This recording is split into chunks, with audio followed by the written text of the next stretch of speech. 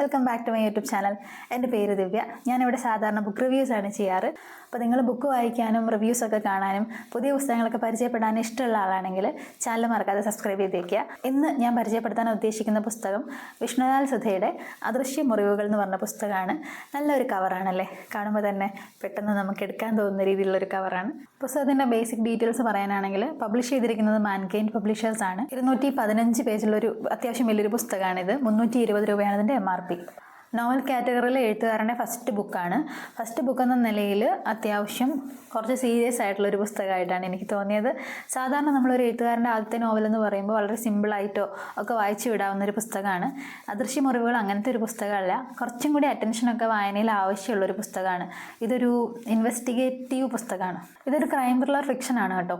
ഇതിൻ്റെ ഒരു one line പറയാനാണെങ്കിൽ, ഒരു നാട്ടിൽ തുടരെ നടക്കുന്ന കുറേയധികം കൊലപാതകങ്ങൾ അന്വേഷിച്ചു പോകുന്നൊരു പോലീസുകാരനും പിന്നെ ആ കഥയുടെയൊക്കെ പുറകിലേക്ക് 1-2 തലമുറ പുറകിലേക്ക് പോയിട്ടാണ് ഇത് സോൾവ് ചെയ്യുന്നത്. അപ്പോൾ ഒത്തിരിയധികം തലമുറകളും ഒത്തിരിയധികം കാലഘട്ടത്തിൻ്റെ കഥകളും ഒക്കെ ഉണ്ട്. അപ്പോൾ പഴയ കാലഘട്ടത്തിലെ കഥകളൊക്കെ ഉണ്ട്. അപ്പോൾ അത്രയധികം ഡേറ്റ് ഈ പുസ്തകത്തിലുണ്ട്. അപ്പോൾ നിങ്ങൾ വായിക്കുമ്പോൾ കുറച്ച് ശ്രദ്ധിച്ച് വായന ഈ പുസ്തകം ഡിമാൻഡ് ചെയ്യുന്നുണ്ട്. കുറച്ചും കൂടിയുള്ളൊരു ഇരുത്തിയ വായന ഇത് ഡിമാൻഡ് ചെയ്യുന്നുണ്ട്. റീഡേഴ്സ് പെർസ്പെക്റ്റീവിൽ പറയാനുള്ളതും അതാണ്. അത്ര ഈസി ബിഗിനർ ഫ്രണ്ട്ലി എന്ന് ഞാൻ പറയുന്നില്ല, എന്നാലും നിങ്ങൾക്ക് അറ്റംപ്റ്റ് ചെയ്യാൻ കുഴപ്പമില്ല. അത്യാവശ്യം ഒന്ന് ശ്രദ്ധിച്ച് വായിച്ചാൽ മതി എന്ന് തോന്നുന്നു. യൂഷ്വൽ ക്രൈം ത്രില്ലർ പുസ്തകങ്ങളൊക്കെ വായിക്കുന്നവർക്ക് ഇഷ്ടപ്പെടാൻ സാധ്യതയുള്ളൊരു പുസ്തകമാണ് അദൃശ്യ മുറിവുകൾ. പക്ഷെ നിങ്ങൾ യൂഷ്വൽ വായിക്കുന്നതിൽ നിന്ന് കുറച്ച് മാറി നിൽക്കുന്ന ഒരു പുസ്തകം കൂടിയാണ് കേട്ടോ.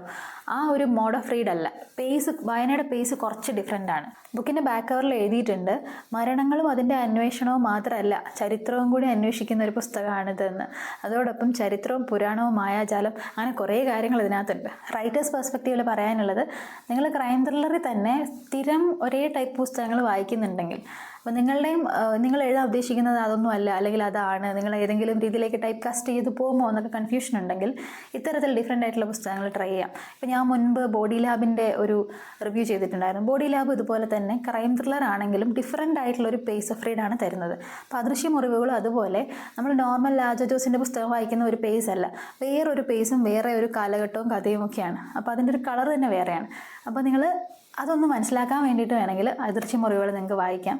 പിന്നെ ഒരു പുതിയ എഴുത്തുകാരൻ എന്ന നിലയിൽ ഒരുപാട് ഡേറ്റയും ഇൻഫർമേഷനും ഒക്കെ ഗ്യാദർ ചെയ്യാനായിട്ട് എഴുത്തുകാരെ ശ്രമിച്ചിട്ടുണ്ട്. അപ്പോൾ ആ ഒരു അറ്റംപ്റ്റ് നിങ്ങളെ ഒരു എഴുത്തുകാരൻ എന്ന നിലയിൽ ഹെൽപ്പ് ചെയ്തേക്കാം. അപ്പോൾ നിങ്ങളതൊന്ന് നോക്കുക.